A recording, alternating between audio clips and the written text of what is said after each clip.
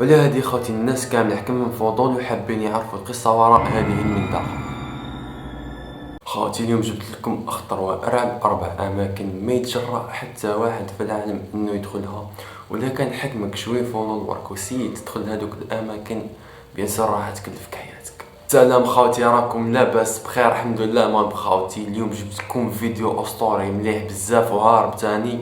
خوتي الحالة اليومية ما تعجبش خلاص خوتي، شغل الفيديو فيه جانب من الرعب والغموض. المهم خوتي، وقبل ما نبداو برك باينه خوتي جام ابوني وخليونا نبداو. اول مكان معنا خوتي واللي هو اريا 51 او المنطقه 51، وهذه بلاصه خوتي جايه في مدينه نيفادا الامريكيه، كشغل جايه في صحراء في مدينه نيفادا هذه، ومقفوله من كل الجهات وما مخلين حتى واحد يقرب لهذه البلاصه. ويا خوتي اللي تعرفوا باللي هذه بلاصه جايه في واحد القاعده عسكريه جويه، وعلى حساب هضرتهم خوتي هذه البلاصه يطوروا فيها الاسلحه ويخدموا فيها الطائرات الحربيه. بصح حاجه اللي تحير خوتي هي انهم كيطوروا الاسلحه ولا يصنعوا الطائرات، هذه حاجه نورمال، على حتى زعما يمنعوا الناس انهم يدخلوا لهذيك البلاصه ولا يقربوا لهذيك البلاصه. ولا هذه خوتي الناس كامل حكم من فضول وحابين يعرفوا القصه وراء هذه المنطقه. وتاني خوتي في كل بلاصه في هذيك المنطقه مركبين كاميرات مراقبه، وكل قنوات التلفزيون سما ولاو يهضروا في هذا الموضوع، واثار هذا ضجه كبيره وفضول كبير للناس بيروحوا يكتشفوا هذيك المنطقه. سبتمبر 2019 خوتي داروا الامريكيين حمله في فيسبوك، وهذه الحمله تقول انهم يلموا بعضهم ويروحوا يصدموا على هذيك البلاصه ويشوفوا واش كاين فيها. ومن وراء هذيك الحمله خوتي تلموا 2 ملايين امريكي، تخيل 2 ملايين امريكي.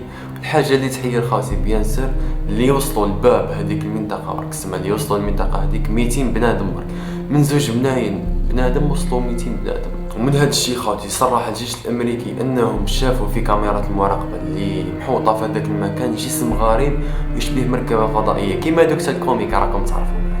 ومن كل هذا الشيء خوتي الشعب الامريكي كامل حكموا التوسويس والفضول راكم تعرفوا خوتي من هذيك المنطقه، كشغل حاروا على ما يخليو حتى مواطن امريكي يقرب لهذيك المنطقه ولا يدخل لهذيك المنطقه. المهم خوتي وهذه كانت المنطقه الاولى. والمنطقه رقم 2 معنا خوتي واللي هي جزيره بوليفيا الايطاليه. وفي العوض ما تكون هذه الجزيره جزيره سياحيه خوتي، اللي تعرفوا باللي هذه الجزيره من اكبر المناطق المسكونه بالجن على كوكب الارض. كاين اللي يسميوها جزيره الموت الاسود بسبب الاحداث اللي صاروا فيها خوتي. ومن اشهر الاحداث خوتي اللي صاروا في هذيك الجزيره هي انهم كانوا ينفيو ناس مرض بمرض الطاعون، وكانوا يبنيو مقبره جماعيه ويلوحوهم فيها ويشعلوا عليهم النار على اساس باه ما ينتشرش مرض الطاعون في العالم. ومن بعدها اصبحت واحده من ارعب الجزر في العالم. وفي 1922 خوتي حولوا مباني هذيك الجزيره الى مستشفى للامراض العقليه. ومن بعد فتره من فتح هذاك المستشفى خوتي كل الاطباء هربوا منه شافوا فيه الجن وسمعوا فيه حوايج بيزار. وما من المرضى خوتي كانوا يقولوا لهم بلي نسمعوا ناس يتعذبوا تمي ما كانوش يصدقوهم، باينه منها مرضى عقليين. ومن 1968 خوتي تم قفل هذيك الجزيره وواحد ما زاد دخل فيها منه اصبح شيء ممنوع. والمنطقه الثالثه معنا خوتي واللي هو سجن اي دي اكس، ولا كما كانوا يعيطوا له خوتي النسخه الحقيقيه لجهنم. وهذا السجن خوتي مدايرينه في منطقه معزوله على الناس وجاي في منطقه بيرمونت ولايه كولورادو الامريكيه، وهو من اكبر السجون حراسه. ويا خوتي حلوه في 1994 وتم ولاو يدخلوا فيه اخطر المساجين في العالم. وتخيلوا خوتي المحابسيه برك في هذاك الحبس يخليهم يخرجوا 9 سوايع برك في السمانه، كل واحد مدايرينه في بيت وحده وتم ممنوع عليهم الاختلاط خلاص. ويا خوتي فوق هذا الشيء كامل الشمس ما تدخلش خلاص للبيوت تاعهم. ثاني ممنوع على اي واحد يفوت من تم ولا يصور ولا يدير اي حاجه تمنا رايحين يسجنوه ديريكت. والمنطقه الرابعه خوتي واللي هي الغرفه 39 كوريا الشماليه كيم جونغ. المهم خوتي هذه الغرفه مخبيين فيها دراهم بزاف على الاخر خوتي، وحسب ما يقولوا فيها ما يقارب 1 تريليون دولار.